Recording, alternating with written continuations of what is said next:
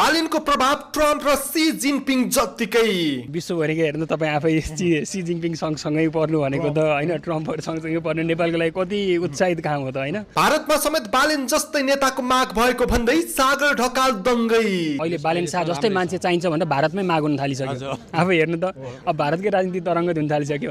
पहिले भारतले नेपाललाई दुःख दिन्थ्यो, अब नेपालले चाहिँ भारतलाई परिवर्तन गर्नुपर्छ भन्ने सङ्केत दिँदैछ। म गर्वले एकदम मेरो छाती चाहिँ फुलेको छ। मलाई मेरो मात्र होइन, मेरो पुरै परिवारको, र मलाई के लाग्छ भने देशभरिको 3 करोड जनताको चाहिँ छाती आज एकदम सगरमाथा चाहिँ उच्च भएको छ। अब हामीले नेपालबाट चाहिँ हामीले सम्पूर्ण यो साउथ एसिया मात्रै होइन विश्वलाई नै मेसेज दिँदैछौँ कि जसरी जनताको यो चेतना चाहिँ विश्वभरि फैलिँदैछ, त्यो चाहिँ राम्रो मेसेज गइरहेछ। नेताहरूको काण्डले विश्वमाझ गुमेको साख बालेनले फर्काए, नेपालीको शिर ठाडो बनाए। नेपालको विभिन्न चरणमा विभिन्न नेताहरूको काण्डहरूको कारणले गर्दाखेरि देशकै गरिमा चाहिँ अलिकति गिरेको अवस्था थियो र प्रधानमन्त्रीजी यसरी 100 प्रभावशाली नेता मध्येको एकजना नेता भनेर आउँदै गर्दाखेरि यसले सम्पूर्ण राष्ट्रको गरिमा जोगाउने काम पनि गरेको छ। संसारभरिको 100 प्रभावशाली नेतामा पर्न भनेको त हामीलाई खुसी लाग्छ नि होइन, एकदम खुसीको कुरा हो।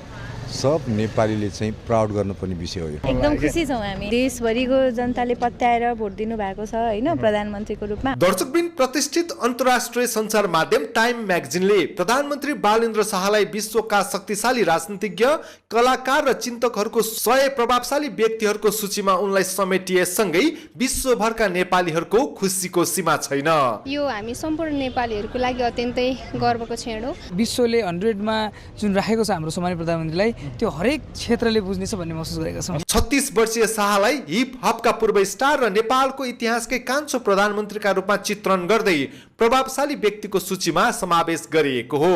विभिन्न कालखण्डमा विभिन्न नेताहरूको काण्डले गुजुल्टिएको नेपालको शान बालेनले फर्काएका छन्। नेपालको पनि प्रतिष्ठा जोगाउने काममा चाहिँ प्रधानमन्त्रीज्यूको यो योगदानको रूपमा लिनुपर्छ। विगतको दिनमा हामीले अन्तर्राष्ट्रिय स्तरका नेताहरू खोज्थ्यौँ।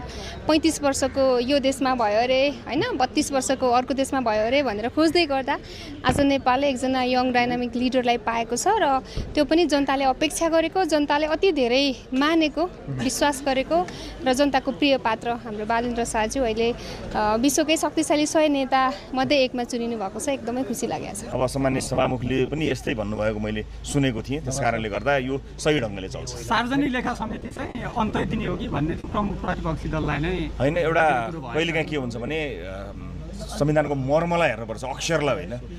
यो चाहिँ प्रमुख प्रतिपक्षको हक हो भन्ने एउटा मर्म हो, यो लेखिएको होइन। त्यसले गर्दाखेरि कतिपय यस्ता चाहिँ लोकतन्त्रका आधारशिलाहरू हुन्छन्, ती आधारशिलाहरूलाई सकेसम्म विशेष परिस्थिति बाहेक त्यसलाई चाहिँ नाग्नु हुँदैन भन्ने हाम्रो एउटा मान्यता अनुसार प्रमुख प्रतिपक्षी हामी पछि जनताले पत्याएको त प्रमुख प्रतिपक्षी हो नि त, त्यस कारणले उसको हक बन्छ। मैले उपनेता चयनको यहीँबाट सार्वजनिक गरिदिएँ है। अहिले निर्णय गर्दाखेरि छुटेको मात्रै हो। दलको उपनेता माननीय गणेश पराजुली हुनुहुन्छ है। यो चाहिँ अब खेल निकाल्ने वर्ष कस्तो रहनेछ के हो खास भन्न खोज्नुभएको? धेरै तपाईँ हामी सबैले नागरिकका रूपमा समाजमा, तपाईँले पत्रकारका रूपमा, मैले पूर्व पत्रकार